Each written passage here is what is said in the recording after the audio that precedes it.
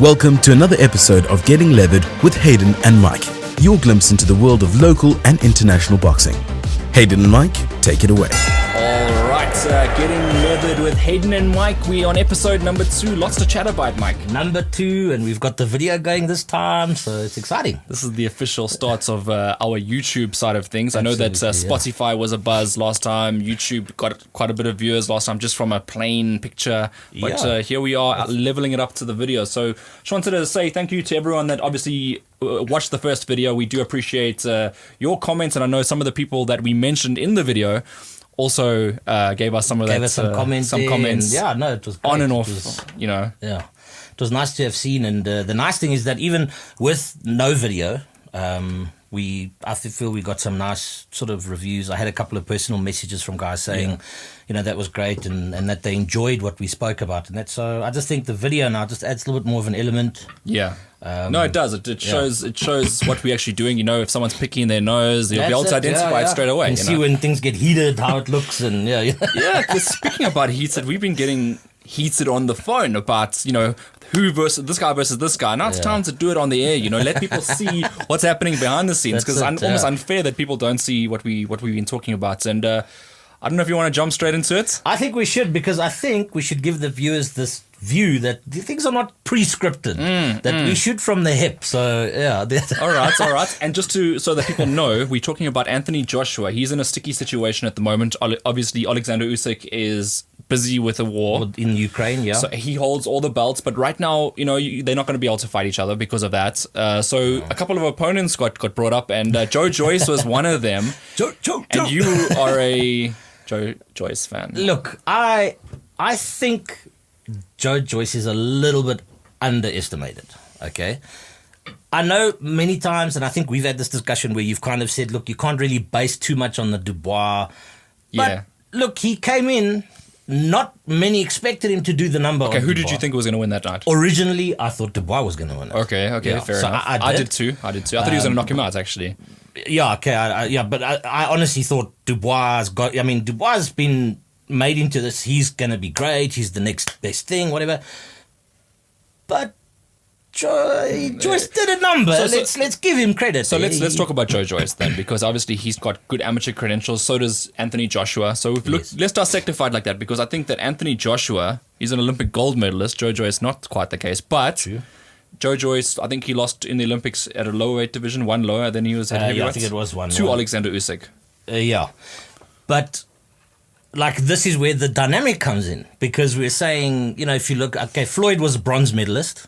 Correct. But we know where Floyd is, and I think that's another discust for a heated debate. Yeah, because now you're starting now. You see. Luckily, there's a table between us. But I'm just saying, I do think, I know Joshua knocked him out in the first round in amateurs. It was a long time ago. No, so that's different. Obviously, there's different. That's different. There's, different levels to... Joshua and Dillian White fought as amateurs. Dillian White beat Joshua. So that's also another whole conversation as well, because amateurs and professional boxing is two different things. However, in the professional boxing ranks, how do you see Joyce beating Anthony Joshua? Look at the accomplishments Joshua's got. Yes. And don't forget, we're looking at Joshua that's recently lost to Alexander Usyk. Yeah. He's down at the moment, so everyone's talking, he's now out of the heavyweight picture. He's nothing compared to Tyson Fury, nothing compared to, I wouldn't say Deontay. He's probably in the same conversation now at the moment because of that loss to Alexander Usyk. So how do you say that a guy like Joyce can come in and be up there on his level right now? I think you could look at it, you could say, I don't know how many people were looking at it going, Usyk was going to win. That was a touchy fight. It was the kind of fight where they're going, I'll pick Joshua. I'll say it. Is Usyk too small? Is he going to carry the same sort of power he brought in from cruiserweight, that sort of thing? And he did well. He outboxed Joshua. Obviously, that the rest is history. But it's the same being said with guys like, for example, a Dubois, a Joyce. These guys, if you look at their records, I'm not saying they've gone out there and they've fought, big names they're still up and coming, they're still growing their records. But, for me, I'm saying, if you look at Joshua's last, right, and this is the debate. I do suspect that Joshua has a bit of a suspect chin. Okay, I'm not saying it's a weak big's chin. You know what?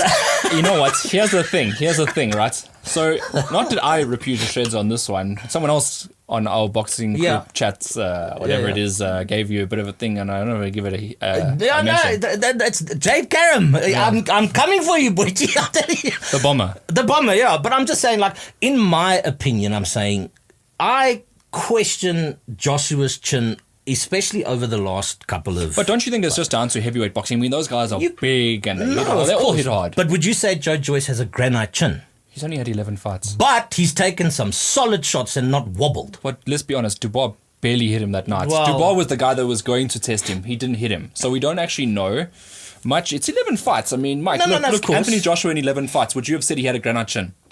At 11 fights? No, I probably wouldn't have. Yeah. I'm not saying you don't have a point to what you're saying. You do. But I don't know. I just get this thing that I think Ruiz sort of exposed that softness to the chin. I don't like that word softness. And Joshua... I give Joshua credit. I do think he's a good fighter and things like that. But I've not really... I do think if he's in the conundrum, because if he fights Usyk now, which is, obviously the rematch clause and that, let's just say that does go ahead. Right. I'm sort of looking at it, I'm saying it's a much of a much. What is he going to do differently? Well, he's changed his trainer now. Do you see he announced a new trainer? He's changed his trainer. I saw that. But he was assistant, I think, in the previous camp. Yeah, he's been involved in the camp in a separate capacity. You're right about that. But okay, now he's obviously front runner. I think that mentioning Usyk's fight, Usyk's now the favourite to win the fight, just because of the way and the manner in which he won the fight against Joshua. Joshua was dismantled in that fight. In that fight, did you think Joshua had any other chance except a puncher's chance? Here's the thing, right? Or how were you looking at the first fight? We're all experts at the end of the day because, I would take from my point of view was that he took the wrong game plan going into the fight. He tried to box a better boxer than him. Yeah. Usyk's a better boxer than Joshua is. However, Joshua's got a natural size advantage, which he never used. He tried to sit down in the pockets, wrong strategy, and I think that's why ultimately he fired his trainer, because at the end of the day that game plan is formulated by the trainer. He's the tactician. Correct. So in this fight, if he brings a completely different fight, I'm pretty sure it could be a different result. I'm not writing off Joshua just yet. He always comes back better after the loss. No, for We've sure, seen that. We've seen the second fight against Ruiz. No, we have, yeah. Look, I wouldn't say right. I'll obviously not say right Joshua off. I'm not saying that, but I think he's in a bit of a conundrum, because if he goes with the Usyk, say that does go ahead, he does stand. It's a much of a match for me. Usyk's going to do. Usyk's a more dangerous fight than Joyce. For sure. You thought Joyce is more dangerous, didn't you? No, I think, because this is my thing. I'm thinking, if you see, Joyce has got that awkward style. He's slow, but yet his punches have got pop. Okay, he carries the tank late into the fight. So is he the most aesthetically pleasing boxer you've ever seen? Definitely not. He's not. Yeah. But he's got that awkward move. He's slow, but his punches have got pop. He's got. I get you. He's a 12-round fighter. He's a guy that comes down the stretch and he looks. But he carries power late. Yeah. Now, I'm just saying, and that's what I'm saying about the suspect chin. I'm not saying he has an Amir Khan weak big chin. I'm saying... Shut up. Yeah. No, but I'm just saying, like, if he gets caught early, okay? I mean, Ruiz caught him, okay? He also gassed. He was also gassing when Ruiz caught him. He went down, okay? Usyk, I know where you're going with the next point, but I'm saying Usyk, being a smaller heavyweight, rocked him. Okay, he was rocked by the fight before. I'll get to that now. But okay, he was rocked with Usyk. He was rocked with Ruiz. I'm just saying, like, if he gets tagged, whether early or late into the fight, he will have. That must be a question mark. If he doesn't get Joyce out there early. But here's the thing, which heavyweight doesn't have vulnerability? Which heavyweight doesn't have vulnerability? Because even Tyson Fury, to his credit, being the number one heavyweight on the planet at the moment, as we're speaking right now, Deontay Wilder buckled him. I mean... Okay, but you're talking about one of the most devastating punches that... Like, I know we spoke about it previously. We said his record's a bit padded. And because we're going to go way off topic with this one. But like a Ruiz and a Wilder, right? If they fight and they slug it out, I mean, who's winning that fight? Ruiz, because Wilder only has a puncher's chance. You're right. He's not a boxer. So in those instances, I mean, that's why I think Anthony Joshua versus Wilder is one of those fights that it's a matter of like a puncher. One of them is going to go. It is, but I think it's a less dangerous fight now for Joshua than it was, prior. Check there on the. Just want to see the timer there as well. Because I just think if, like we say, I think if you go Wilder, look, Wilder, is he the same after Fury? He's been talking about retiring. He's got a million different excuses. I think that's a different story, right, with Wilder, because a lot of people never thought Wilder was great. No, they didn't. Like he's never been given I think this is the best heavyweight of all time type. No, they would say dangerous in terms of he's got loaded weapons. Like maybe the hardest hitting heavyweights or whatever it is. And that's what I was saying to you the other day. You've got to give him credit, because even though you put 20 guys in front of me, okay, a small exaggeration, I might take 3 of them out. You know what I'm saying? Right. But he's had, it doesn't matter who they were, but he blitzed. He taught them what load shedding's about. You know what I'm saying? He load shed them. Right. You have to give him some credit for that. Yeah. But we always knew, or at least I always knew, when he came up against a boxer, okay, he would come unstuck. Well, which he did. Look, I mean, to a certain extent, I mean, you're right about that. I mean, I know we're hopping on about the heavyweight division now, but it's exciting, though. It's exciting. It's a happening division right now in the world. But look, if he got, I mean, the same thing happened to him against Ortiz. Yeah. The same thing happened against a guy from Poland as well. I forgot the guy's name. Yeah, before he knocked him. So that he had a trend up until he got Tyson Fury. So he had, in the first fight he had him, but not after that. But I want to quickly do a full circle because we're going off topic now. I want to get your prediction on that fight that we mentioned. If Joshua takes on Joyce, what is your actual prediction? My actual prediction is, I still look. My end prediction will be Joyce late stoppage. Wow, that's my prediction. However, there's a lot of factors here, because if Joshua can come in early and put him away early, then I'm sure Joshua. But I don't know. For me, Joyce has got a granite chin. He has a gas tank. You got this on record. So record. So when we start, which we've been talking about, we're going to start a boxing league. Which I'm ahead, by the way. In the trials. Wait, the trials.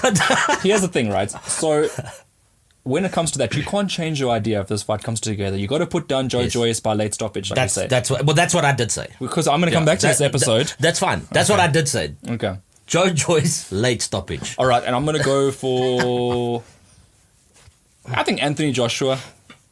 I don't know Joyce's chin too well, so maybe unanimous decision. Because you're going Joshua decision. Decision, yeah, definitely. Okay, but I can see that. No, definitely. I really. It's not a reality though. You'll wake up 8 o'clock, coffee will be cold. Wait, Joyce boxes. My coffee is definitely going to be cold. I will be leaving it by the pot. Nah. Okay, but that's if he fights Joyce. Right. So what's the other options? Volin. I don't know if it's really. You see, I've actually seen interim. I've seen him he came to South Africa. Yes. With Mickey Nelson as a training partner. Oh, did you meet him? Yeah, I mean, he was sparring with the likes of Ilunga Makabu. Oh, nice. There was another guy there as well that was sparring. I just can't remember who it was. But he was one of the guys, and I was unassumed with him at the time. He's a Swedish guy. Yes. You know, he's Swedish, eh? Yeah. And like a guy that you don't expect to really trouble the world, and then he ends up putting on a hell of a fight against Tyson Fury, and he'd be all of a sudden I'm like, oh, why didn't I take a picture with this guy? That's the thing. Yeah. So no, I never expected him to become what he did. Everyone was focused on Mickey Nelson at the time. Yeah. Because he was fighting in that Super 4 tournament. That was that arena. Right. Yeah, that was that tournament. Yeah. So that. Because he ended up beating Johnny, and then he lost to Kevin with a majority decision in the final, and then he got popped for performance enhancing. Did Mickey? So and then Mickey hasn't boxed since. But that was not after the Kevin. That was after his next fight. After the next fight, or was it after the Kevin fight? I actually can't remember. But I remember that story. But sometimes these results take a while to come out. Yeah, I do remember. Yeah, so that was that story. But shots. Look, heavyweight division. Are you happy? Have we covered it? No, we've covered it. What do you want to say? I just think for me, Joshua's in a bit of a crossroads, because if he goes Wilder, it could still be a dangerous fight. I think Wilder's more dangerous than Joyce in terms of like we mentioned earlier, the one-punch knockout factor. And but do you think that he might be shy to pull the trigger? I mean, he couldn't. I don't think so. He couldn't pull the trigger against Fury. But Fury is a better technical boxer than Joshua. But would you say he has more power than Joshua? Wilder? No, Fury. No. I think Joshua hits harder, but it's like a different type of power. It's a thudding power. Yeah. As opposed to like Fury is more of a wear you down type.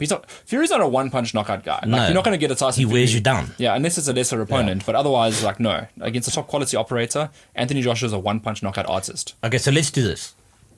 Joshua fights Joyce. I say Joyce late stoppage. You say Joshua points. Unanimous decision. Unanimous decision. Yeah. If he fought Wilder, I would say I think Joshua knockouts. sparks him, yeah. In 4. I'd go more like 6, but okay, You're but we gonna go both 4. agree But then on that's that. the good part. I think. But I 4 think the worst out of the 3 is the Wallen. I don't want to see that fight. I don't want to see that think fight. I'd rather have Wallen fighting Derek Chisora or fighting Hey, Dillian Delroy. White. Yeah, let him get, or Joseph Parker, those sort of guys. Like, let Would him you fight. give Joshua a rematch with Parker? Look, Joshua beat him. There's no two ways about it. But would you say... Well, I think Parker just got a split against Chisora, didn't he? Yes. So that was a great fight, though. But I mean, put Chisora and Joshua in the ring. Yeah, okay. Look, Chisora's he's a tough guy. But he's that guy that's like just missing that top of the he's in elite. his 40s now, I think, isn't he? Really, yeah. So he's missed that. Quite, him and Dillian White is a hell of a fight, man. Those two put on I think 2 times they fought. So we could still actually get... Well, mind you, Fury's come out now saying after the White fight, he's calling it a day. Yeah, but that's mind games. But I think it's mind games in it. But we could then still get, theoretically, a Fury-Joshua fight. That's it. Because if Fury gets past White... So let's look at it's more lucrative for Tyson Fury to fight Anthony Joshua than it is for Tyson Fury to fight Alexander Usyk. Yes. Because of 2 Brits, it's history, it's Wembley, they'll sell that place out under 10 minutes, I think. Yeah, no, I agree. It wouldn't be much longer than that. In fact, it might even set records in England. That's how big that fight is. And it's it's unseen before. 2 British heavyweights where would it unifying be? the world. Just for the audio, where would it be if they did hold that fight? Wembley. Tottenham. That stadium, you think? That's a bit small, eh? No, beautiful stadium, but you know the problem with Tottenham, right? We're talking boxing now. No. I'll tell you, the beautiful part is there's not going to be any winners. Yeah, that's the thing. Because there's no trophies that arrive at that stadium. I knew you were going to go there. Maybe Anfield, but again, it's on the other side. Okay, look, I think it's going to be exciting to see how that sort of transpires and which way he goes. I don't know if Usyk will... I don't see the Usyk fight going through. The problem is like we don't know how long this war is going to go on for. Yeah. So like we just going to be guessing at this stage. Yesterday Hearn said that he's going to chat to the camp and say to them, look, they can vacate. Maybe this is what we should, because... But then that'll divvy up the heavyweight division again. All of a sudden there's going to be champions again. It's going to make things interesting. But then goes the unification fight. The big British unification fight. Yeah. What we actually want. But it's not about what we want. It's about what's the best for boxing. And Tyson Fury and Anthony Joshua might be quite pissed off by that. But we're big advocates for what's best for boxing. Yeah. Okay. All right. So we've sorted that. We've cleared that. All right. So let's talk about local boxing. I know where you're going with this, and I love it. Come on. Wait. Okay. Do you want to save that one for last, or should we go straight into that one?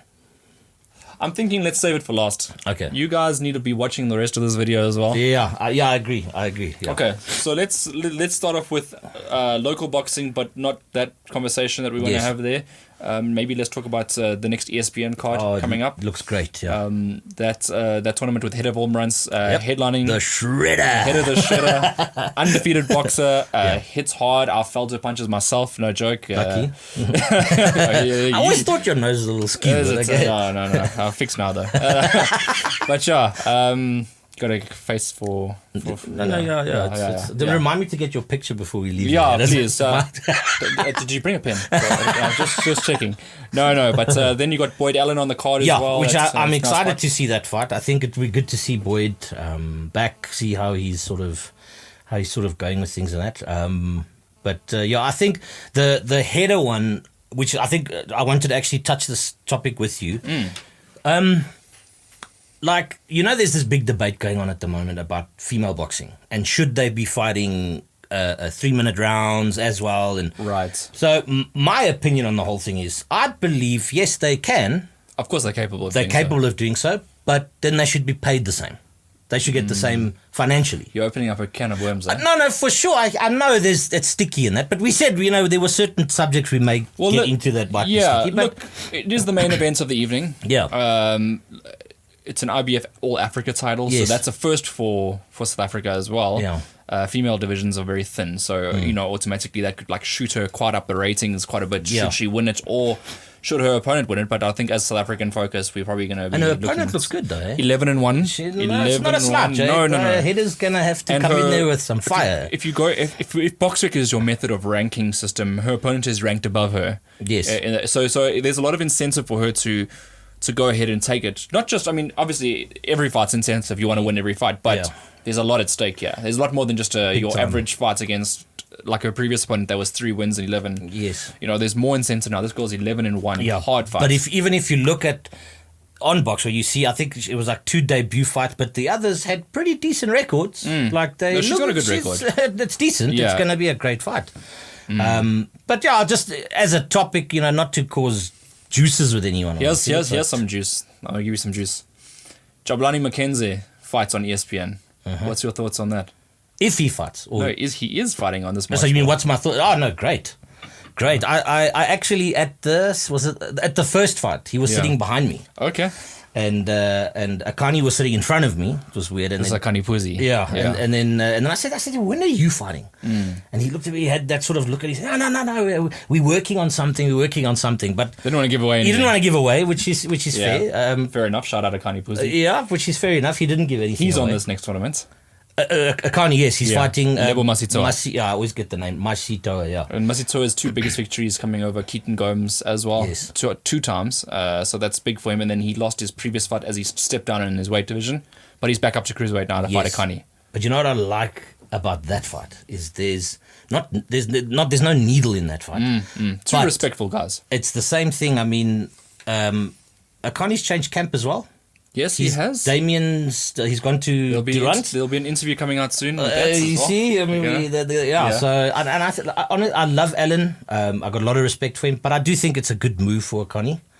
I think he had 12 fights with Alan Sawil as well. He went 10 wins and 2 losses. Was it? Yeah, it was 12. Yeah, he did. I think it's 10 and 2. Off the top of my head, I could whoop out BoxRec on the channel. He's the statistician, not me. I think it's right. So. Yeah, no, I think it is. Yeah, but anyway, what we're saying is he did have a good run. Yes, and that's why I say I like Alan. Very respect. I mean, the Tawils are massively respected in boxing and that. But I do think it's a good move for Akani, and it's going to be quite interesting to see. And what do you think about Lebo Masitoa? I love him. I absolutely love him. Because I like him too. I think this is a funny mention, right? So me and Lebo Masitoa were in amateurs together. We were on the same team. Along with Ricky Shabalala, headed towards the end of her amateur career. And is that where she jabbed you, or was it... No, sparring outside, or did you? So it was a young time when you felt it, or was it like? No, I was good. That's why I ended up becoming a journalist. I had to give it up, Retired you. I can't live with the best, So yeah. So Lebo, anyway, I know him from amateurs. I also got panelled by him as well, by the way. Oh, really? Yeah, he was a strong fighter. I very like strong him. Fighter. I really enjoy watching him, and I think having the. Mentor, if you want to call it that, Lionel Hunter, yes, was a big mentor to him, and I think that is without a doubt going to have. It was going to be his first fight. But that's what I'm saying, and we have spoken about something else off air, which we might cover later. But I just think, like I said, I like Akani. It's good to see him in the mix again. It's going to be great to see him on ESPN. ESPN making moves, no doubt. I'm not going to ask for your prediction because it's one of those fights where, both guys are really good boxers. It's a make or break for both guys. Let's talk about that because they're both coming off losses. Yeah. So, and with Akani Puzi, he's coming off 2 consecutive losses, both by the same opponent, Johnny Muller. So, but would you? Okay, so if either lost, because we say it's a tough one to call on that, all right? Would you go as far as saying that it could be career defining? No. So you even if, because then say Akani loses, that's 3. I just think that there's incentive for the winner. Yeah. Because Akani, but there's still place. Yeah, there is still place. Yeah. I mean, Akani and he's still got a lot of. He's still young. And so is Lebo. So they could easily reinvent themselves, take a couple of easy fights here and there, especially with change of camps. Yeah. Because both guys are technically, Lebo's in the same camp, but it's a change of trainer. So he's adapting, he's getting used to Antonel, and, they're blending now. But so is Damien and so is Akani. Yes. So, the loser of the fight, okay, they can go back to the drawing board, restart. The winner of this fight catapults to the next level, because now they're going to go back into the conversation of the best cruiserweights in the country. Yeah.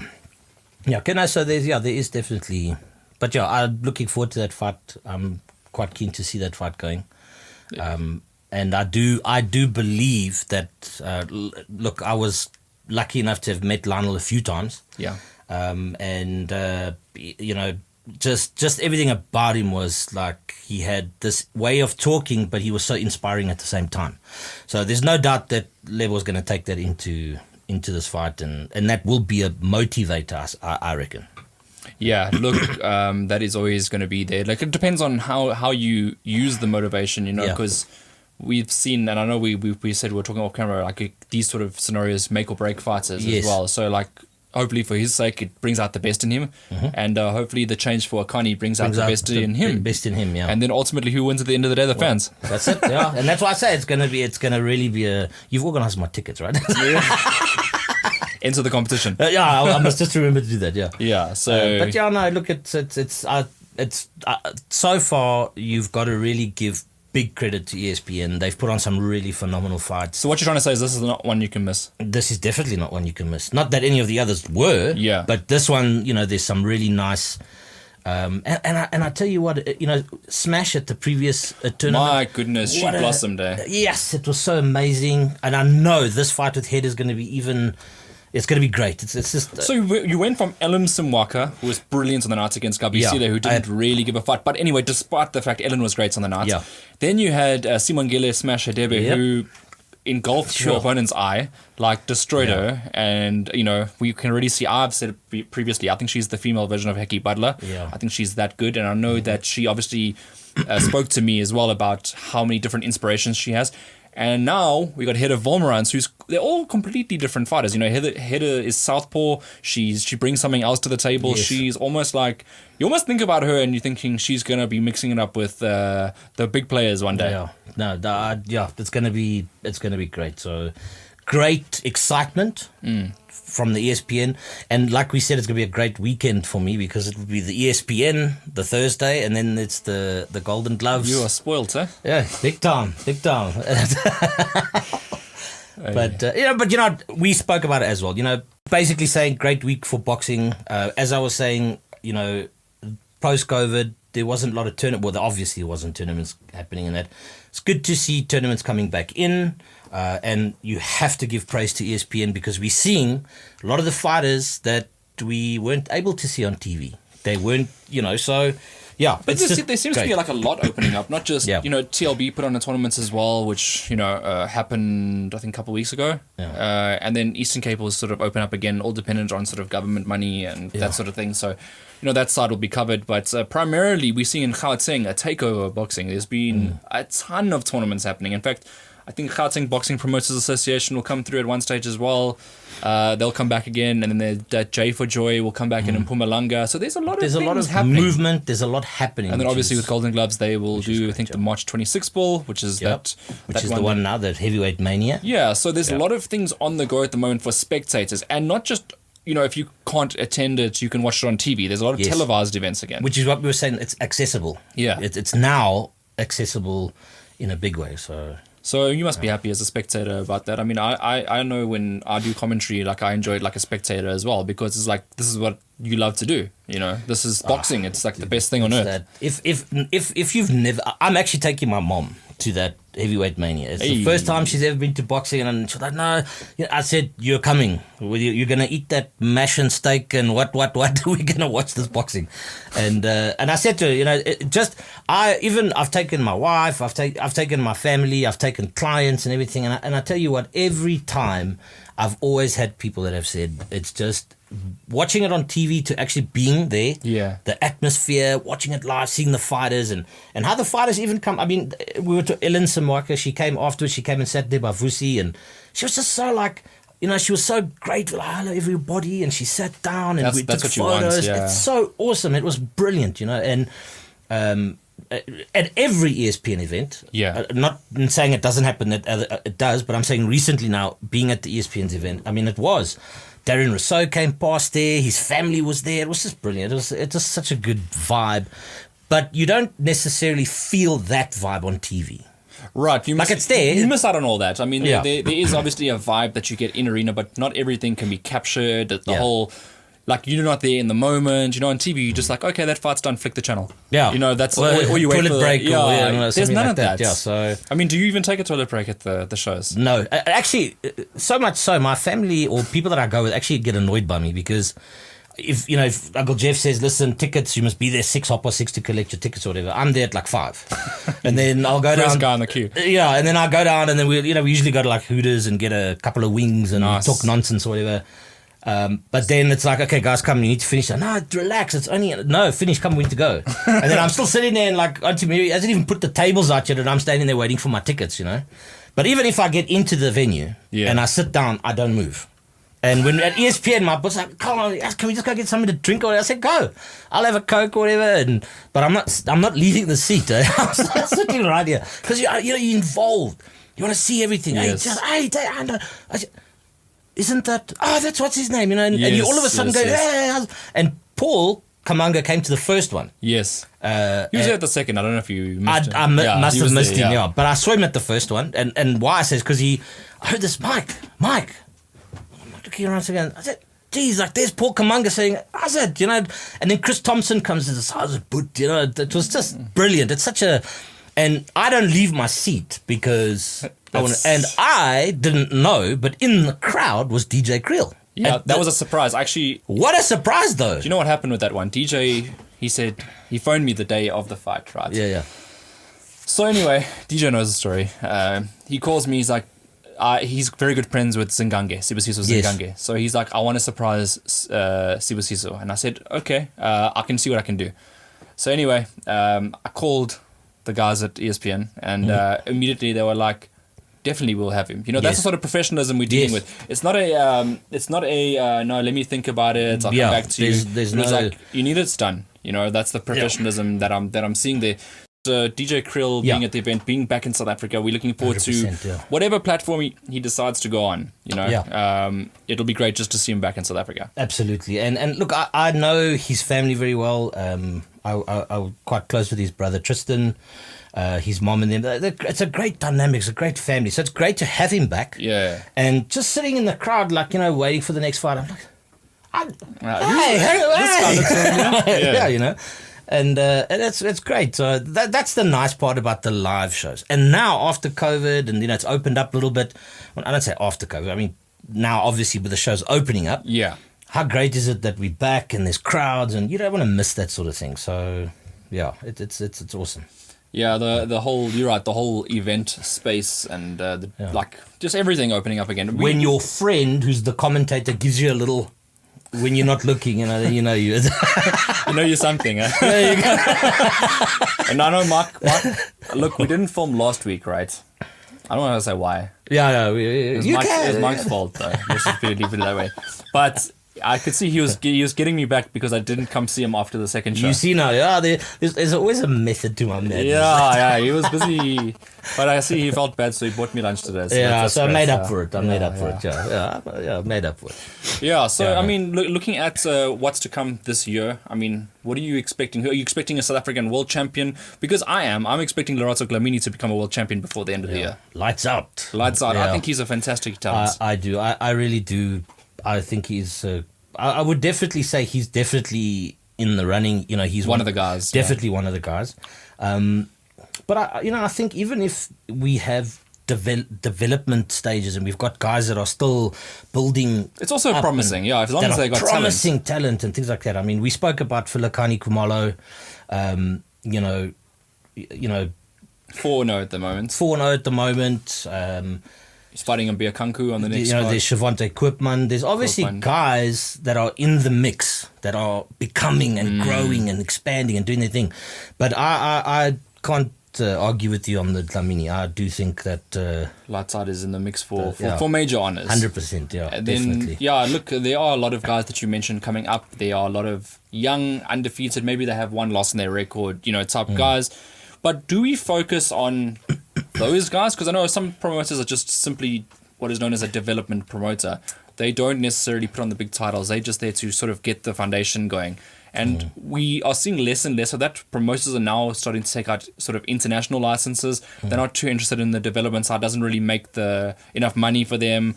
Do you think, except for someone like Gert Strydom, I think Gert's starting his own thing where he's developing boxes, which is a big plus. So thank you for that.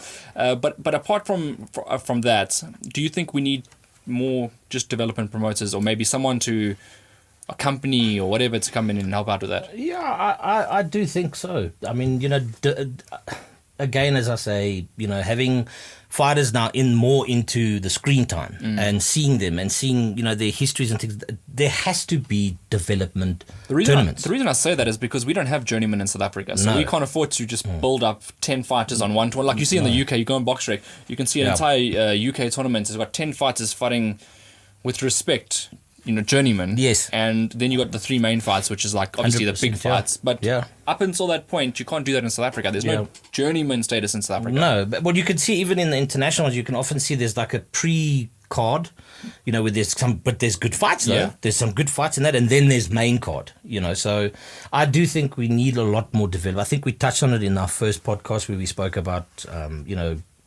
grassroots and growing fighters and things like that. So I think, and you know what, I read something on Facebook a couple of weeks back from Gert, but SA boxing or boxing in South Africa, not to mix it with your please don't. But boxing in South Africa, we need guys like Gert Strydom. Yeah, 100%. You know what I'm saying? He's got so much to give. He's got so much to offer. His gym is amazing. He did that thing. He did the licensing day. Yeah, as well. But he did with Ilunga Makabu and Mkuno. He did that breakfast thing. And, right. I mean, it's things like that you want. You want to be involved around and talk to people and boxing loving guys around you. Yeah, you, and if you saw the pictures in that, phenomenal, it looked great. But he just needs to hang in there and know that he is well respected. He's supported. And we need him in the sport, and we have so many trainers. And I mean, I often see Manny Fernandez putting up posts on holding pads and, mitts and things like that. It's, I think he's starting up again, because he's actually got a couple of interesting new, let's talk about the licensing, because the licensing, there's a whole bunch of new faces now coming. I only saw Gauteng, I'll be honest. I didn't see the other provinces because we didn't see tape or footage, but we were able to get that of Gauteng. That's because of Gert's production team and everything like that. We're able at home to watch who the new licensees were. And there was a few new guys. I don't know if you saw it, but you identified. You actually sent me. I sent you I sent you that clip of that one chap, one guy, and you're saying, "What do you think of him?" And I was I think that he's good, but a little bit more work needs to be put in. Of course, that's the sort of feedback I'll give. Honest feedback. And then he's never biased. I need to just put it out there. He's never biased. I will always I'll give you my real thoughts. Yes. I'll call it down the middle. The one. There was a couple of kids that I liked. The one was actually interesting. Tristan Nadu. I don't know if you saw him. I know. Very skillful young kid. He trains. That's why I was going around to the Manny Fernandez. He trains with Manny Fernandez. Okay. So he's an interesting kid. Yes. He's got a lot of skill. Do yourself a favor and go back and check the video footage from that day. He's very talented. And then there was a heavyweight as well.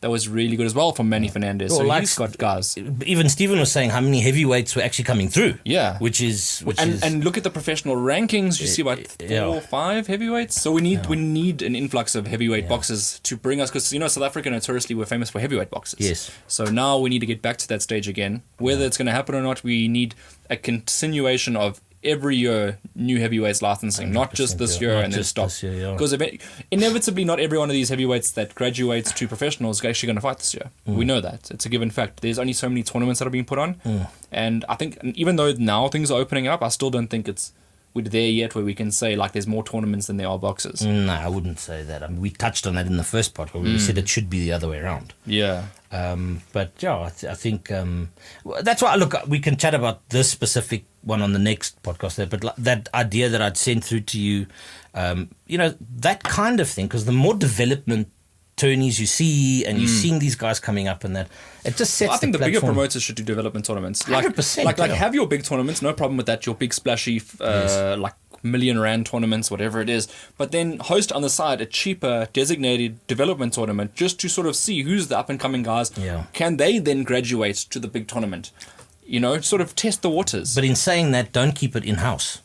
No, you got to be fair. Open it out. You gotta be fair. Have the different guys and open. Don't keep it in house. We keep seeing the same trainers Yeah. often in South Africa over and over again. So you familiarize yourselves with the names. There's obviously they become famous in their own rights as well. But as you say, you can identify new talent by opening it up, saying, this guy that's never been given an opportunity before, give him an opportunity and let's see what he can do. 100%, Maybe he proves you wrong, maybe he proves you right.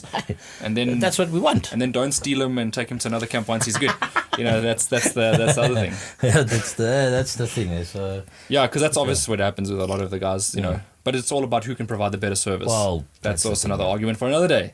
yeah, definitely. Yeah, because definitely. Okay. Here's the other thing that I want to do, because we spoke about a lot of things, but Yes. here's one of the things. I'm not getting to the main topic yet. I want to keep brewing. I know you're holding and that one for last. keeping it simmering.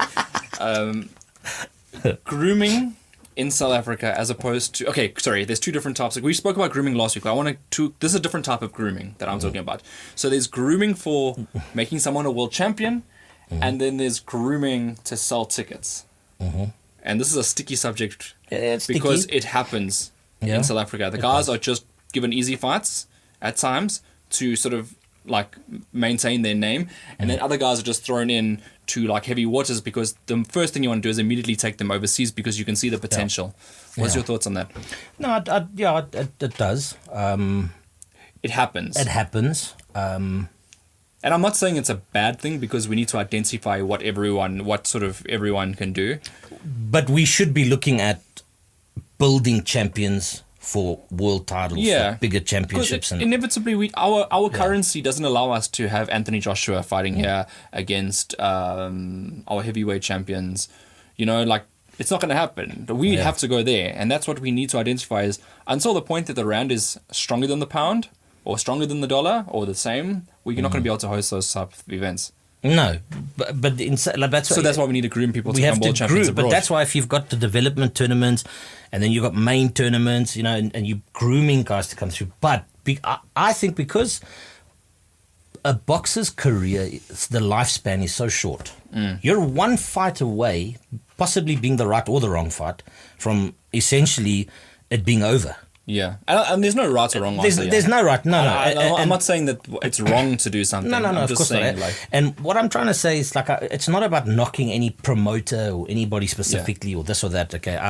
What I'm saying is, look, I'm not privy to back chats and things and contracts and stuff that goes around the back. I'm not privy to that sort of information. I can go on what I see, and we can sit and debate where we can say, I do feel we should be grooming more, you know, champions for world title shots and things like that. So, but I'm also saying I can also understand that we spoke about it the other day where we said, you know, if a promoter has a wealth of talent, okay, and he ends up losing one or two, or, you know, I'll save you because they do it in America as well. They identify this guy and they say this one's going to make a lot of money.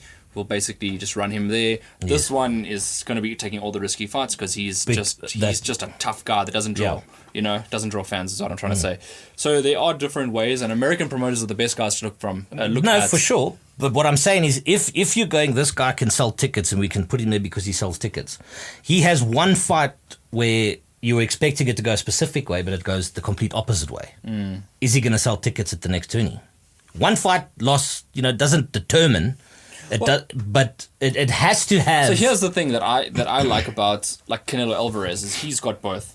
Yeah. You don't have to worry about him. Actually, you're putting him in against a light heavyweights and Dimitri Bivol. You're not even worried that he's going to lose. And don't you just love him now that he speaks English so well now as well? What payday.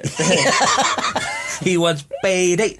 And he swears, eh? Yeah, no, he does. But like, I get what he's also saying. Like, all these guys are saying, Charlo, this, that, coming in or whatever. And he just said flat, I'm busy this year. You guys must fight each other. Well, everyone knows exactly. That's another thing. His business is open. It's not like, we have to guess what this guy's going to do. Yes.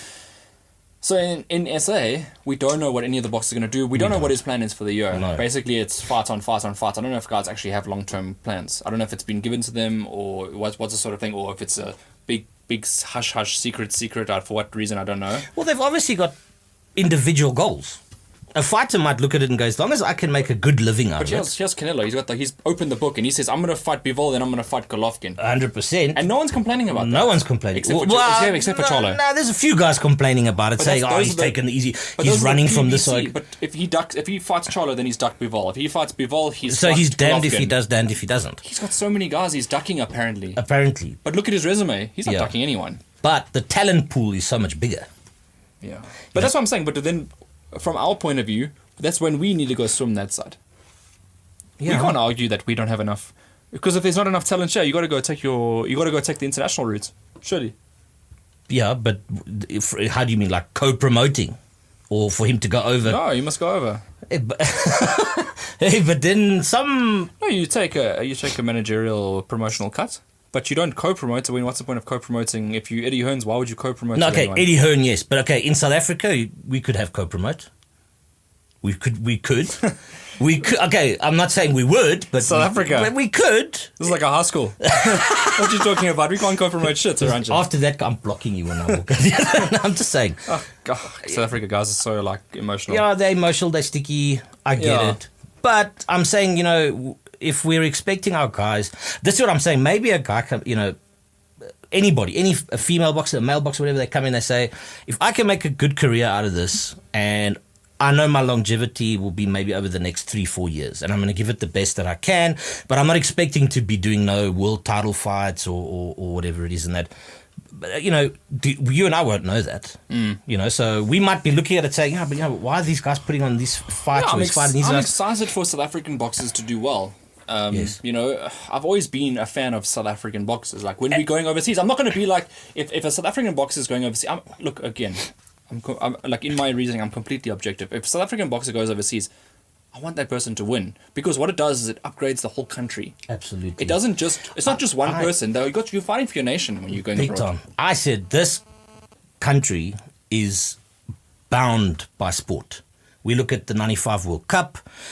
We look at, if you look across you look at Brian Mitchell, the road warrior. Mm-hmm. I was a little snot corp running around, and my family, we knew, hey, Tony Lopez would do this, with the bride's going to happen, all this stuff. It was an event. It was something, you understand? And not only, we're talking right across the board. We had so many, we had a wealth of talent. Yeah, our pool was bigger. The pool was a lot bigger. Yeah. Where now, like you say, it is a bit of a high school thing, because this one doesn't want to work with this one. This one doesn't want to know that one. This one doesn't want to talk to this one. If I say something, I'm going to piss you off. Upset you.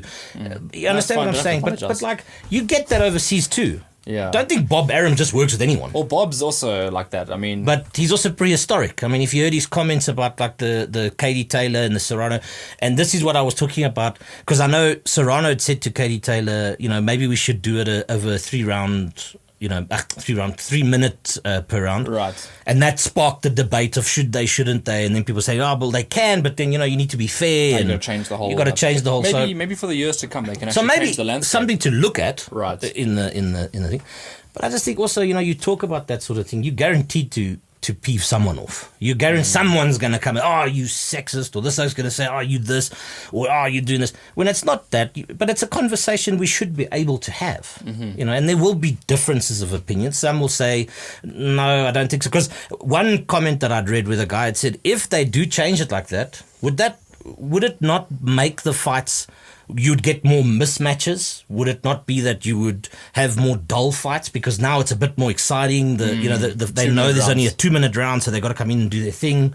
I suppose but like you say, it would be the same for the males. It would be the same for the males, but like you say, I think it's definitely a topic of conversation that should be had, but not necessarily to change overnight. Have a process to doing it in that. So. I hear you. But now that we're talking about South Africans fighting abroad, takes me into that next topic. We saw an announcement coming out that Chris van Heerden takes on Conor Ben, And we are very high on Conor Benn. We think that he's a really talented guy. We're in agreement with that. We think that it's a really tough fight for Chris. But again, it's our South African guy, so there's no one else we're going to be supporting than Chris van Heerden on the night. Yeah, well, we mentioned it in the previous podcast that it was in talks at the time. Now, I've got a lot of respect for Chris. He grew up Meyerton, same town as me. Don Juan's from Meyerton. Right. And I phenomenal. I mean, I follow him on Instagram, his Facebook. He's always putting up posts and things. He's even put a request out there to say like what song should he play, but it's going to be an Afrikaans liedjie. Okay. So it's like it's things like that just it binds you more to. He's bringing all South Africans. And when he fought Spence, I looked at it, I said, look, you know what, that's going to be a tough fight. Yeah, the Spence's. It wasn't going to be an easy fight. I do think Spence. It was a difficult one. Yeah, Spence, that was a difficult one. Unhinged him a little bit. Is Conor Benn as good as Spence? No. He can be, but I don't think he's. But right now, no, he's not at that because Spence was like already up there in the circles at that point. Yeah, as one of the best for sure. But I don't know if Ben is weak to the point that we could see an upset. There's always a possibility of an upset. I love Chris. He's on the upward. He's fighting regularly. He's knocking guys out. He's beating guys that are in and around the same sort of category as where Chris is at the moment. Well, you say Chris was inactive for 2 years. Yeah, so that's not going to help him. It doesn't, but I think he trains he doesn't stop training. He trains, and like I was saying, we were talking about the followers and stuff like that. He trains even with Frank Grillo. They train together. The thing, Mike, about Chris is that even in this fight, you can't completely write him off. I know that fans around the world, like America, UK, they've already made up their mind who's winning this fight. I showed you some of those comments. You could see straight up the bat. I mean, social media is rife. Yeah. However, what they don't know is the background to a lot of the boxers. Look when Josh Kelly fought David Avanesian. Everyone thought, Josh Kelly was going to run through Avanesian. Not the case on the nights. And that's where the experience factor comes in. Chris is a difficult guy because he's a southpaw. He's very wiry. He's a tough guy. He's very tough. So Conor Benn's going to punch him, and he's going to realize that this guy's actually sparred with Canelo Alvarez. He's going to give him a little shimmy there, and to show him it's Chris is a tough guy, so he's not going to be like Conor Benn gets him out there, and he's going to lay him out over the night. Not going to happen. Chris is going to be in there, and really this is going to be Conor Benn's biggest test. And I know social media don't know much about Chris, but we know enough about Chris to know it's going to be a tough. There's been good fight. I mean, he's had a lot of good fights as well. Jaron Ennis in the last fight, that was a first round accident, but that was also. I think Jaron Ennis is the best out of all the welterweights. Yeah, I do think he's definitely hot property. That I would have said wasn't a great fight for Chris. That Jaron Ennis just taking him on because Ennis is a beast. I think Ennis is a step up from Conor Benn. I think Conor Benn's great, but I think Jaron Ennis is just something he's a different level. Yeah. For sure, it's the same that you could say Spence is he's a different level to where Ben is. Yeah. But that's not saying that Ben won't become world champion one day. We're just talking about the right now. Yeah. But that's the thing. I can tell you now, Ben's probably looking at Van Heerden and thinking, I'm going to walk this guy. I'm not expecting much, but we know different. And I do believe Chris is tough, like you say, southpaw, but I just think it might be just a step too much. A lot of fans wanted Ben to fight like Sean Porter, in that sort of category. But I think you got to be realistic at this sort of stage. You can't rush Conor too much. He's 18-0 at the stage. He's still got to walk before he can run. For sure. And although he is getting these guys out there, and there was that one fight where he just destroyed the guy in one round. It was recently. I don't know if you remember that from on DAZN, and everyone was shocked at the fact that he could actually do that because the guy is a really tough guy in the past. So Ben is a phenomenal boxer. I don't take anything away from him. Well, that's right. Yeah, you're right. You can't, but he is still being groomed. He is still.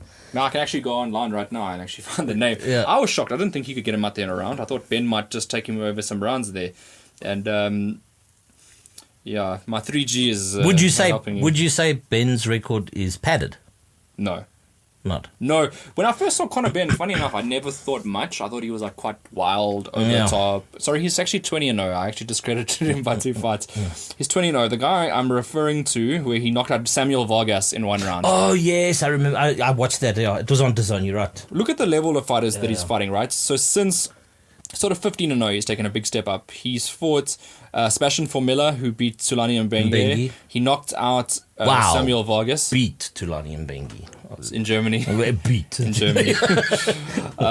Adrian Granados, unanimous decision, tough guy. He also fought the likes of Danny Garcia, that guy.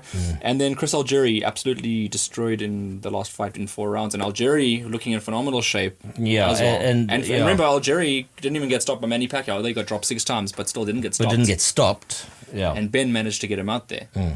So look, there is levels. But, we, like you said, he's one of our own. Yeah. And I follow him. I back Chris, and I've seen him in training. I've spoken to him many times, and obviously he knows this is a big opportunity for him. Going to the UK in front of all the fans, like a make or break sort of fight in his career, because he's in his 30s now. So he needs to win this fight. But imagine this, you beat Conor Benn. Now you're opening up those other conversations. Big time. About the other big names out there. Yeah. I mean, I don't know who. But I think this is the biggest opportunity of his career. But that's what we were saying. It's like, that's the beauty of boxing, is that you are literally one fight away from something. And he's going to give this everything. Hey, he'll give it a... Chris always comes to fight. It's one of those fights that if you don't, you are going to be sitting on the fence for another year or whatever it may be, because... Yeah. They don't want to give a South African an opportunity in the USA. What they're going to start building him for? Oh, he can always come back here and fight in Bengi. That's your hope. That's your. By the way, I love that fight. Big time, yeah. So, yeah, and then the Mbengi fight against Chris Van Heerden. That would be... Yeah. That's Sun City, that's Times Square or something like that. Some big venue. It can't be at a small venue. It has to have at least seat 10,000 people. That would be massive. And I think... And you'll be in the crowd. Absolutely, yeah. You won't miss on that. Not a chance. No. I won't. No. But, I think... I suppose you said, who's to say it could never happen? Never say never. Never say never. Never say never. It'll be like Kell Brook Amir Khan for South Africans. I'm not saying it's the same, but I'm saying for South Africans, that's the Kell Brook Amir Khan fight. Yeah. It's Tulani Mbengi versus Chris Van Heerden. Yeah. What a matchup that would be great. What a homecoming. Jeez, what a homecoming. What a homecoming, yeah. Yeah. So, are you ready to tackle this main event? Let's go. I'm ready. Break a little sweat there. All right. I don't know if you've watched... Just before we get into that, I wanted to ask you, we actually mentioned his name now in the previous thing we spoke about, but do you know who Johnny Miller's fighting? No. I saw yesterday a post up saying we wish Johnny Miller and Harold Fulbrecht all the best for their next fight, and we wish you guys the best. But I've seen nothing on the information, and that's what I'm trying to say. Did you check Box Check? Nothing scheduled. Nothing. Yeah. So I'm just saying, like, hey, Johnny Miller, the Hurricane. It'd be nice to know, right? You know what I'm saying? He's come off two wins. He's mixed it up with Kevin. We should be knowing, like, where's he going? Who's he fighting? What's his plan? What division? All of that, But I didn't mean to throw in there. But I just wanted to. I know where you're getting. You're basically saying SA Boxing Talk hasn't done their interviews. That's he's sharp enough. That's what he's saying. He's basically saying, hey, stop doing so many other things and start focusing on your SA Boxing Talk career. No, I thought you might have known. Maybe you heard something. And No, I don't know. Yeah. Unfortunately, I don't have that information. I'd love to find out. So if anyone, I'm pretty sure if anyone knows in the comment section that is in the Hammer Gym, or even if it is Johnny himself, just give us a shout. Say, I don't know what's happening. Maybe come jump out to go do an interview with you as well. So that'll be great to know his plan and what he's up to. And by the way, people at home, before we tackle the main events of the evening, I wanted to mention that one day we might have a boxer in here as well, just to have a chat. Or a manager, promoter. Or a promoter. or a trainer. Or a trainer. Or a referee. Or a commentator. Or a judge. Commentators are rare to come by. Those guys, I don't know how you get them on these shows. I don't know. They can speak a hell of a lot. Yeah, and clear, fluent. So clear, so knowledgeable. The thing is, I'd even bring in one to host this show, but I just can't find one. But let's tackle this, man. Let's go for it. Yeah. All right. So we got a fight that's been proposed per article. Yeah. End of May.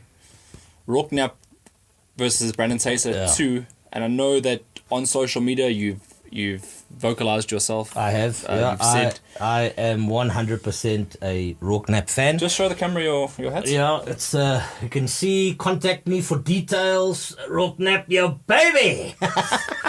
So we know where Mike's. But let's look at it objectively. The fight. We have to look at it objectively. Good fight. The first fight ended with a body stoppage. Rourke Knapp got stopped to the body by Brendan Taser. Taser is a devastating puncher lately in his career. He wasn't always a big puncher. He was very. I think a lot has changed in his career. With when he changed to Damien, he changed up his style a little bit. Yes. Results, but I think it's been positive. No, it's been a good change. The change that he's done. No, 100%. That's why I think that he's added that power element to his game. Whereas before he was more of a upright jabbing, like a Harold Fulbright type style. I think the styles of the training methods he's adapted and he's made good. Yes. And that first came out when he fought Rourke. That was the catalyst to say that he's fully implemented what the teachings have come through. He had enough fights at that stage. So yeah, what do you think of number 2? Because number 1, I think Rourke was the favorite to win that fight. Didn't happen that night for him. They were both. Remember, Rourke is young. However, now he's a bit more. He got a bit of age on his side. He does, of course, and he's got experience a bit on his side now as well. Since that loss, he's come on strong. He's looked good, and like I said, if you haven't followed him, follow him because his training videos and things like that is insane. But look, we said we'd look at it objectively, we'd look at it right down the middle and things like that. I'm a Rourke fan. There's no two ways about that. I am a Brandon fan as well. I've watched Brandon on shows, like Real Steel Promotion. Right. from time back in that, and but what I'm trying to say is, like, with the first fight, there's guys that say Rourke was way behind. He didn't win a single round. Okay, officially, I think the 2 judges was 4-2, 1 judge was 5-1. 5-1 for me was a bit wide. Okay, it was wide. I do think the fight was a lot closer than it being a one-sided affair. Yeah, I really do. And I just look, for me, my view of that fight, Rourke came out, he looked good. You know what? He worked his jab. He was moving quite nicely. I think he got a bit complacent, okay? Rourke's my mate. There's no airs and graces. I'll be honest with him if I had to see him. I think if he'd gone on to 10, he would have taken points. He would have won on points. But you can't discredit Brandon. You understand? He's a tough customer.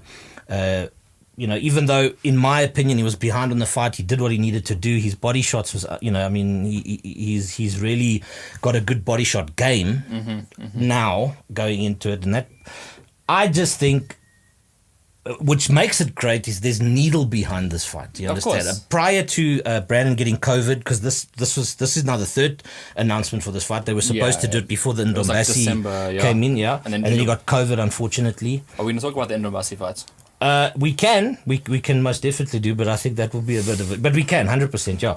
But what I'm trying to say is, I look at Rourke and I look at Brandon and I say, here we've got 2 phenomenal athletes. Okay, they are trying to build towards something. I mean, they've won titles, things like that. So I see the ABUs on the line now. Yeah. So that WBA situation's now been driven to a point where no WBA titles, WBA Pan African, I'm talking about. He's on the line. But like. Because Rourke's the champion. Yes, but if we look at like the fight, okay, I think if Rourke comes out, but he uses his jab, he boxes, he moves, he feints, I think it would be. I'm not going to go as far as saying he'll stop Brandon, because I don't know if he'll stop Brandon, because Brandon is tough. Very tough. Yeah. I do definitely see him outpointing Brandon, but he needs to stick to a game plan. You know what I mean? Don't get complacent. Stay sharp. Box, move, feint. But I mean, there must be a risk. I mean, if Brandon comes back and boxes the way he did in the first fight, he does have the power to be able to stop Rourke in that instance. Course, yeah. So what is your thoughts on that? I mean, he's dangerous. He's a very dangerous opponent. He's a very dangerous opponent. It's going to be a tough fight, but a great fight, exciting fight. This is what's so great about it. There's been a bit of niggle between camps, and and there was the odd bets that took place in the back of the sea, which is great. It adds to it. It's a good story, this fight as well, and not just the boxers. The trainer and the trainer being Damien Durant. Yes. Him and Marco Louis had a big go at each other in the build up to this fight. Back when I was still building up fights. That's the needle I'm talking about. Yeah. Back when I was doing that, and they had a go at each other, and I thought that was very entertaining, and it gave a lot for the fans to it added that incentive to win as well. And you saw Brandon at the end of that fight running to Rourke's corner, telling Marco, I told you. You're not going to get that in this fight, I don't think. I don't think you're going to get that same build-up because I think that those sort of things are, Look, I don't believe you'll get that. I do believe they, outside of cameras and things like that, they do respect each other. I do believe that. Do you think they like each other? That I can ask them, but maybe it's a better question for them. Maybe at a bit of a stretch, maybe, I think there is, I won't say bad blood, but I do think, like I said, if you look at Rourke, I do believe that he's a different fighter to what he was then. I think Vusi's done some tremendous work with him, and I'll say it on camera. I'm proud to be a Marco Louis Bandit. I'm proud to be a Marco Louis Bandit. Yeah, this guy. 100%. I've got nothing but respect for him. He's always been kind and courteous to me. I know there's drama behind the scenes with this and that, whatever. We don't have to focus on the drama. We're not going to focus on drama. Just focus on the front running. 100%. So I'm saying, but it's the same with Damien. I love Damien. I love his story. And what's nice about it is that, he carries that swag that Nick used to carry. Okay. He's got that, which makes him dangerous. You know what I mean? I'm not a trainer or anything like that. So you're looking at it from the psychological aspect? I'm looking at it from psychological aspect. I just think Rourke is a different fighter. Yes, we've spoken about it. I'm suspect about his chin. I won't lie. Is it the chin? Rourke. Okay. I think he's... So I think the point from the fans is that, Rourke being a young fighter, if he gets dropped again by Brandon in this fight, it's a big red flag. Unfortunately, because of the amount of times prior that had happened. But that's not to say that he can't increase his defense. 100%. We've seen the likes of Vladimir Klitschko doing the same thing. Yes. If they need to adapt. So when Klitschko went to Emmanuel Stewart, they changed up everything. And, Rourke and Vusi have been working together. I think... I believe Rourke and Mimo as well were working together even when Vusi and them were all together. They were working as a team to try to sort out his footwork, his, those sort of things. So if all that comes together on the night, who knows, a different beast could come out. You could say the same about Brandon as well. But you could say the same about Brandon because Brandon, ever since then, he's been on a hot streak. No, he hasn't looked like he's lost a round since that point. Even against Boyd, he ended up stopping Boyd in the third round, I think it was. Didn't end up losing any of those rounds decisively. I think they were debatable rounds, but you could nothing decisive that you can say Boyd won that one or Brandon won that one.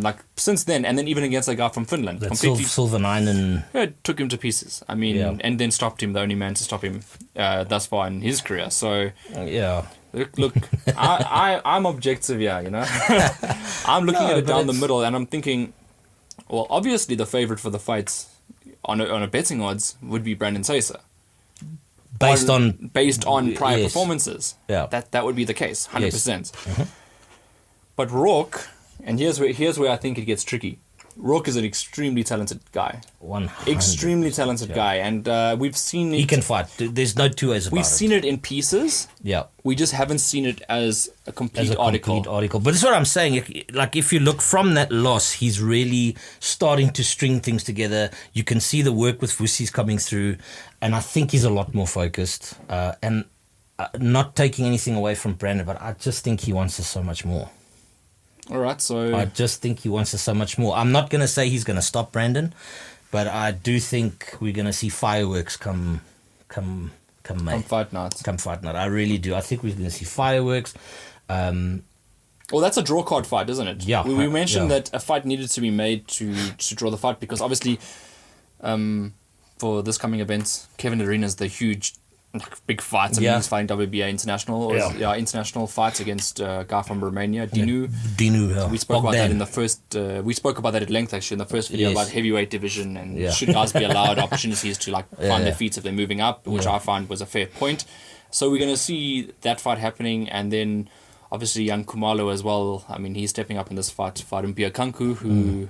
Had a close fight with Brandon Taser at one stage as well, so that's another thing to look at. Because I know you like to see who fought who and the previous opponents. I analyzed it. I try to put it together as objectively as possible. I'll say this is why I think maybe this person has the edge, but that's not a definitive reason because on the night is whoever performs better on the night wins the fight. Well, that's the thing. That's both fighters have got flaws. but it's who covers those flaws up the most. I know people say Rourke overhand is a flaw. How's that a flaw? But people say, not him throwing it, him being susceptible to it. Oh, right. Okay. And the same with Brandon, the left hook, so who covers those flaws. But you're dissecting the first fight, aren't you? I'm just saying, watch this fight, baby. You're going to see something. And that's no disrespect to anybody, really and truly. I never speak disrespectfully to anyone. I honestly feel, you know what, they both come from good stock. We spoke about it early on, and we said no disrespect to anything, but, it's his first fight since his dad's passing. Now, I met Andre, and what I loved about that, where he fought the Bulldog, Kulilenko, Andre was up and down, and he was pacing. He couldn't sit. He couldn't sit still. No. And he was, do this, move like, and he came and he said, yes, Mike, I'm nervous here, and he's moving around. But he showed so much passion, and my opinion is, I honestly think that will motivate Brandon more than anything else. Is that your opinion? I think it's going to motivate him for sure, which is why I'm saying tune in, because this is going to be a humdinger. I'm telling you, this is, and okay, if I was psychic, okay, I would say Rourke wins this fight and possibly sets up a third, because now you've got 1-1. You've got, I'm just saying, this guy's a matchmaker now. I'm just saying, we got some. Look, what I'm trying to say is it's going to be great, and I think both fighters are going to put on a performance. It's going to be phenomenal. I really hope Rourke pulls it off. That's how I see it. I see him taking it to points. But yeah, this is boxing. Okay. Opinions are opinions, right? So you obviously. Yeah. Okay, so let me say this, right? Because there was I posted on Facebook, if you were a matchmaker, a couple of people, like including yourself, made some matches. That was one of them. What were some of the other matchups that you wanted? And I was just batting down your ideas. I know you spoke. No, I wasn't batting down. I'm teasing you. I'm teasing you. Look, what I was saying is, Bonita van Jaarsveld was one that had came in. I think there was a correction, because Hedder Wilmerans is a junior welterweight, not a welterweight. There was a comment there that was. Yeah, I think it was from Kat, if I'm not mistaken. Who trains Bonita? Yes, yeah. But like I said, look, I'm not big onto the ins and outs and things like that. I just, I'm looking at. I like Bonita. Yeah. You want to see a good fight? I'd love to see her in a good fight. I mean, and that's what we were saying about talent. We've got it. We've got all the talent and that sort of thing. I thought you were talking about talent below you for a second. Sorry. No, but I mentioned his name now. Yes, now you've caught me on live air now. But we were talking there were some other ones. You were talking about Jabulani McKenzie. But you knocked me on that one. 20 divisions above him. No, Truter. But Okay, no, so here's the ins and outs of this one, right? So, say your matchup again? The Truter and McKenzie fight. McKenzie's gone down, just to give people at home what we're talking about. Please, because they actually don't know what we're talking about. Mark is sleeping on boxing, and I was had to correct him then. I'm joking. Jabulani McKenzie's gone back down to super lightweight. He's realised that welterweight isn't his best division when obviously took that loss to Tulani Mbenge. And Tristan Truth is rumoured to be going up to super middleweight, but might still be middleweight. So we're still waiting on the outcome of his weight division status. Yeah. But what I'm saying is there's wealth of talent. DJ Creel was the other one. Who did you want him to fight? There is, but now they're in the same camp. Did you know that? I saw in your interview. Oh, right. That's where I'd seen it. Yeah. Right, okay. But you know what? No, but fair enough. It would have been a good fight, I think. It'd be a cracker of a good fight. I actually would love to see the sparring, because it's going to be interesting, because they actually touted to fight each other at one stage. Are you going to be privy to that sparring? I don't know. I can't give out those sort of things. I couldn't be. I mean, if you are going to watch that sparring session, I think you need to pay 20 Rand at the door. You could definitely, and you'd sell out fast. Put some seats in there. You'd sell out fast. You see, someone agreed with us there. Oh, man. Yeah. So now, look, I just think it was a thing of, you know what, I'd love to see Bonita into the mix again. It's great to see Hedder now on ESPN. She was the other one I'd mentioned. It would be awesome I'm looking forward to that.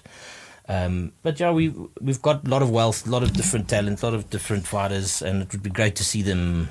I think that's the best test. Mixing it up, yeah. It's sort of the emergence of talent now, because the last 2 years, we mentioned this as well in the previous one, was like the whole we had to wait. Yeah. And now all of a sudden we're seeing all these kind of new faces. Some of the people weren't even allowed to license, so there's been a backlog of talents waiting to come and turn professional. And now all of a sudden we're going to see all this new talent that we can talk about. I'm sure by the end of this year, we're going to be talking about a new prospect that's 3-4-0. You know what I'm saying? That hasn't even like had a first pro fight yet. Definitely. And they're going to be leathering someone. 100%. They get leathered. Getting leathered with man. So no, look, it's good. And I don't know. You want to touch on that Ndombasi thing, which I mean, I think it has been mentioned. Look, the only reason why I think like it's exhausted. The story is exhausted now. It's happened. It's over. Yeah. They can maybe do it in the future. But like right now, like I'm just feeling like I've spoken about it. People have interviewed me. Last night someone interviewed me about it as well. They asked me that question, what do you think? And I was like, okay, I gave them my thoughts. Obviously, I've said this so many times. Like, you know what I'm saying? Like, it's obviously the rules, 3-5 knockdown. He got up and he made a mistake. You know, and then Rourke started coming back and paneling him, and then he decided he didn't want anymore, and that was the end of the story. Look, that's why I was saying that it's unfortunately a blemish. It is a negative thing. We can speak for 5 hours about it. You know, yes, rules are rules. You know, we've seen contracts signed, contracts not signed. I'm not privy to information that goes in at the back, so I don't know whether it was or wasn't. Okay, let's say it was, and a mistake was made. It is what it is, but I have the problem where you get people coming on saying, if you are decent enough, you should give up your belt. Whatever. And I'm saying, you know what? In the heat of a combat battle and things like that, Rourke's focus is the fight in front of him. You know what I'm saying? He's just been dropped 4 times. There's no way to sugarcoat it. He went down 4 times, okay? He came back. His focus is the fight. He's not going to stop at the end of that round and go, oh, sorry, guys, I've lost you because of... You understand? I get you. And yes, I take nothing away from Ndombasi. I've got a lot of respect for him. But you know what? I also look at it and say the way he went about it was also maybe... Look at this now with this Catterall Taylor thing. You know that judge has been called into the Triple BUFC. He's been downgraded. It's about time. It's now gone to the police. It's a big... Like the big problem in SA, right? Because we saw the referee that made the big WBA mistake. He was popping up on an event the other night. I don't want to say names. I'm not sure but I know anyone down. I know who you're talking about. But anyway, he's back refereeing again, or judging again, rather. Should that be allowed at this point, or should they have a demerit system, rather, in South Africa? You can't do that. When was the last time you saw a new referee popping up? No. I haven't seen a new referee in the last 4 years, 5 years. There hasn't been any new faces. It's been the same people you'll see at this tournament, you're going to be seeing at the next tournament. But why is that, though? Do we have a platform where we're saying, we want you? You understand? We're doing a military. We're looking for refs. We're looking for judges. We're looking for this. The same way we've got, the sparring session. Do we have anything that... You know, who's our next great ref? Who's the next judge? You know, who's the next or whatever? I mean, are we doing something to actually recruit? I don't know.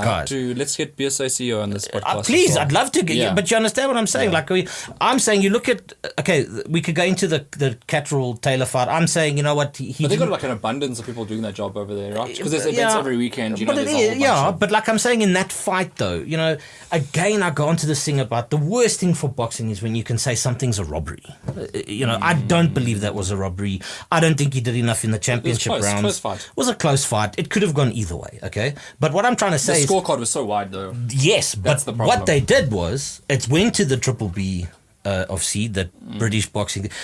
The guy got they call it downgraded from a class A to So you're going back down to he's like fighting on town halls and stuff like brought that. down, okay. Right. But he's been questioned about it as well. He has to answer for it. It's been taken to the police now, which is going to be an investigation. So it's like, you understand what I'm saying? So now...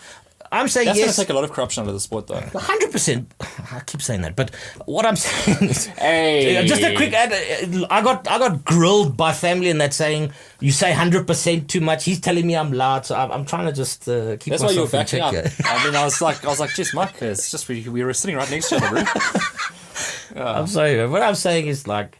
With that whole thing with the Ndombasi thing and that, you know, you shouldn't take anything away from the fighters. They were there to fight. They did fight, okay? I've got my opinion in terms of what Ndombasi did. I've got my opinions in terms of the people that commented outside of that and things like that. But I'm just a boxing fanatic. You know, I'm not an official or anything like that. I can have an opinion on it. But we should have a system in place that goes, hang on, right, just come sit down here and explain this or explain that or what, and then make a decision thereafter. But you shouldn't be questioning boxers and who they are as people and, Yeah, that's when you bring it into dispute. And I'm sorry to say it, but Rourke got absolutely shredded. And I can't, like, it's not Rourke. He didn't make the mistake. He went there, did his thing. He showed true grit, determination. He got up, he came back strong. But that's why you can't penalise him. You can't penalise him. Because it wasn't him that did the mistake. No, of course not. But you can penalise the ref. You could penalise the ref, but why don't we have a system where they're calling that in and say, okay, hang on a second, whoa. You still see a box record classifies it as a 3 knockdowns, not 4. But the referee didn't count the 4th one. He didn't, but I'm saying like there's a big thing about it being that it's supposed to be, it was 4 knockdowns, a 3 knockdown rule, but it was hot topic. Are they still talking? Okay, I know you were interviewed about it yesterday, but it's gone quiet. There's nothing. Are we talking about it?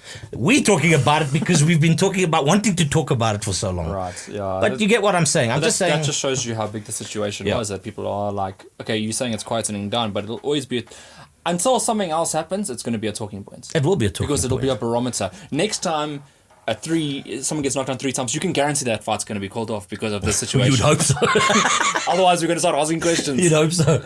But look, anyway, like I say, it's a topic that can go on forever. It can be the big debate, Ronaldo, Messi. It can be the big debate, Liverpool, United. Don't start, sir. No, I see you didn't mention Tottenham. We're not in that contest. But I'm just saying, like, there's so much more that happened around that. And I genuinely feel the casual boxing fan doesn't know enough to make an honest assumption. I'm just saying. Okay. We need to look at it, say, we've got, there's a fighter, he got up off the floor, he came back. Yes, and Ndombasi, you know what, he had Rourke down. Let's be honest about it. But hey, the fight carried on and it is what it is. So that now is a completely other topic. It's now Brandon Tace, Rourke Knapp. That's now what we're talking about. That's the hot thing. That's where we're going. So right, I've got no problem with that. I'm just hoping that goes everything smooth and we don't have any more giggles. I just want to note that please can people stop asking me that question? What's my opinion on that situation? Hopefully this clears it up. Yeah. As well, because I've said it so many times now. You can check me on YouTube, Spotify, Facebook, Twitter, Instagram, saying the same thing. It's been spoken about a lot. And at the moment, it is where it stands. There's not much more that can... Anyway, a lot of love for both guys. That all three, actually, that are in that conversation. Obviously, we, much respect to all of them and what they're doing as a career. Boxing's a very tough career, so to have people talking badly about you in the same instance is a very hard thing to take. In saying that, and I think... today I'm done. Are you done today? Yeah, you done enough talking, Mike? Yeah, I think we've gone... This is a longer episode than the first one. 100%, but it's been a great episode. And I will be honest, I will try stop saying 100% so much and I will stop trying to shout. Guys, so we're going to be bringing out the board game. It's going to come with shooter glasses. Yep. Every time I say 100%, you take a shot. So here we go. What did you say? 100%. Yeah, okay, There you go. So if you're not completely passed out by this stage, start investing in the board game, getting leathered, 100%. Anyway, from us here, Hayden Jones, Mike, thank you very much again. That was great. Definitely give us a like, a share, comment. What other topics you'd like us to discuss? If there's any, Episode 3, we're open to suggestions. So keep up the good work, Mike. You obviously with your points that you make, and we debate, which I love. I don't like a yes man situation. No, but what's great, and that's what's nice about it is I come from a complete. A fan's perspective, I'm also a fan of the sport. Yeah, you're a big fan of the sport, 100%. But you're a statistician. You know what I'm saying? You've got, a bit more about this and that, and I know this, the WBAs and whatever. And it's great that we can actually debate, but walk out here and grab a beer. You know what I'm saying? And we're not at each other's throats wanting to kill each other. Yeah. We can debate it. We both respect our opinions. And trust me, our group gets a little bit heated at times. Tell me about it. At 2 o'clock in the morning, we going at it. This guy's busy saying, you don't know what you're talking about. So I've got every prediction right so far. That's the other thing. We must, we'll maybe, I don't know, you want to put in the description, we'll do that, the Getting Leathered League. Yeah, the Getting Leathered League is coming together, ladies and gentlemen.